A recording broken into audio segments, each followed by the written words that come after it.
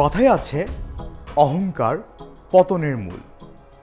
আজকে আপনি অহংকার করবেন, কালকে আপনার পতন হবে না তার কি গ্যারান্টি আছে?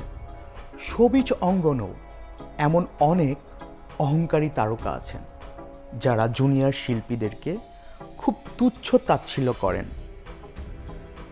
আমাদের মনে রাখা উচিত, আজকে আপনি তারকা, 10 বছর পর তারকা খ্যাতি হারাতেও পারেন। যে নতুন ছেলেটাকে বা মেয়েটাকে আপনি তাচ্ছিল্য করছেন, সেই ছেলেটা বা মেয়েটা কিন্তু 10 বছর পরে আপনার খ্যাতিকেও ছাড়িয়ে যেতে পারে। শোবিজ অঙ্গনের এমন একটি গল্প আপনাদের সঙ্গে শেয়ার করতে চাই। সঙ্গে আছে আমি, আফফান মিতুল। 70 দশকে রাজবাড়ির একটি মেয়ে রওশন আরা রেনু, তার জীবনের লক্ষ্য ববিতা, শাবানা, কবরীর মতো সিনেমার নায়িকা হবেন।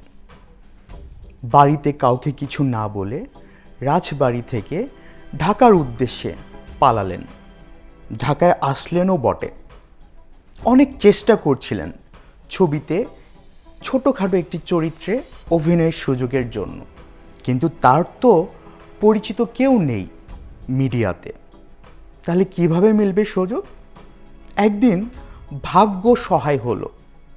সংসদ ভবন এলাকার সামনে তিনি দেখতে পেলেন একটা শুটিংয়ের জটলা।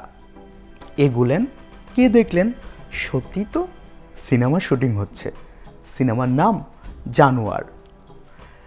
ওনার কপাল এতটাই ভালো ছিল, উনি শুনতে পেলেন একটি সিকোয়েন্সের জন্য একটি মেয়ে লাগবে, যে মেয়েটা একটা ট্রেতে করে 1 গ্লাস অ্যালকোহল একজনকে সার্ভ করবে। তো শুটিং ইউনিটের লোকজন বলল যে এই চরিত্রটিতে আপনাদের মধ্যে কে কে অভিনয় করতে চান? অনেক ক্রাউড ছিল। সেই মেয়েটি, আমি আবারও বলছি, মেয়েটির নাম রওশন আরা রেনু। রেনু কাছে এগিয়ে এলেন, বললেন আমি করতে চাই। রেনুকে মেকআপ করানো হলো, তাকে শুটিংয়ের ড্রেস পরানো হলো। এবার সেই ট্রেতে করে 1 গ্লাস অ্যালকোহল তার কো-আর্টিস্টকে সে দিল। আর এই কাজটি করার জন্য তিনি পেয়ে গেলেন তার ক্যারিয়ারের প্রথম শিল্পী সম্মানী 10 টাকা। বাস, শুরু হয়ে গেল একজন অভিনয় শিল্পীর অভিনয় করার জার্নি। কিন্তু রেনু তো নায়িকা কবরীর ফ্যান, আর তখন কবরী টপ হিরোইন, সর্বোচ্চ পারিশ্রমিক প্রাপ্ত নায়িকা ছিলেন তখন কবরী। রেনু অনেক কষ্ট করে একটা সিনেমাতে সুযোগ পেলেন দ্বিতীয় নায়িকার চরিত্রে। সিনেমাটার নাম সাগর ভাষা। সিনেমার প্রধান নায়িকা ছিলেন রোজিনার আইডল বা আইকন সেই কবরী, যার ছবি দেখে রোজিনার মনে নায়িকা হওয়ার স্বপ্ন জেগেছিল। রোজিনা খুশিতে আত্মহারা। মেকআপ রুমে বসে রোজিনা নিচ্ছেন মেকআপ। কদিন আগেই রোজিনার হয়েছিল চিকেন পক্স। সেরেও উঠলেন, কিন্তু একটি দাগ, একটি গর্ত কোনোভাবে মেকআপ দিয়ে ঢাকা যাচ্ছিল না। মেকআপম্যান খুব চেষ্টা করছিলেন এই গর্তটি ভরাট করার জন্য, সময় লাগছিল।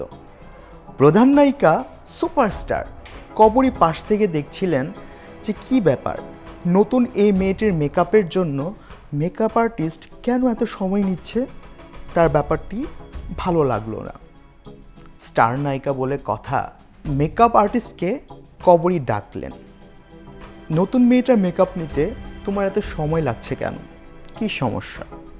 মেকআপ আর্টিস্ট বললেন, ম্যাডাম, মেয়েটার চিকেন পক্স অর্থাৎ বসন্ত হয়েছে, একটা গর্ত হয়ে গেছে মুখে, সেটা ঢাকতে বা ভরাট করতে মেকআপ দিয়ে আমার সময় লাগছে।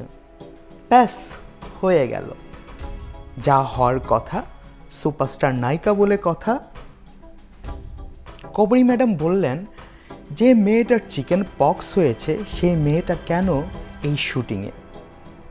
তখন চিকেন পক্সকে অনেক বড় মহামারী মানা হতো। মানুষের ধারণা ছিল যার চিকেন পক্স হয়েছে সে যদি আশেপাশে থাকে বা টাচ করে তারও হতে পারে চিকেন পক্স বা জল বসন্ত। কবরী সিন ক্রিয়েট করলেন, ডিরেক্টরকে বললেন এই মেয়ে যদি এই ছবিতে অভিনয় করে তাহলে আমি অভিনয় করব না, আমি চলে যাব এই শুটিং সেট ছেড়ে। অন কাইন্ড অফ ইমোশনাল ব্ল্যাকমেলও বলতে পারেন। ডিরেক্টর একজন সুপারস্টার নায়িকাকে কখনো ইগনোর করতে পারেন না, খুবই স্বাভাবিক ব্যাপার। তো রোজিনাকেই সরে যেতে হলো এই সিনেমা থেকে। স্বপ্নের নায়িকা কবরীকে দেখে রাজবাড়ি থেকে আসা মেয়েটি সিনেমার নায়িকা হতে চেয়েছিল, কিন্তু তার স্বপ্নের নায়িকা কবরী সবচেয়ে বড় আঘাত করলো। আর এই আঘাতেই রোজিনাকে সবচেয়ে বড় নায়িকা বানাতে সবচেয়ে বেশি সাহায্য করেছে।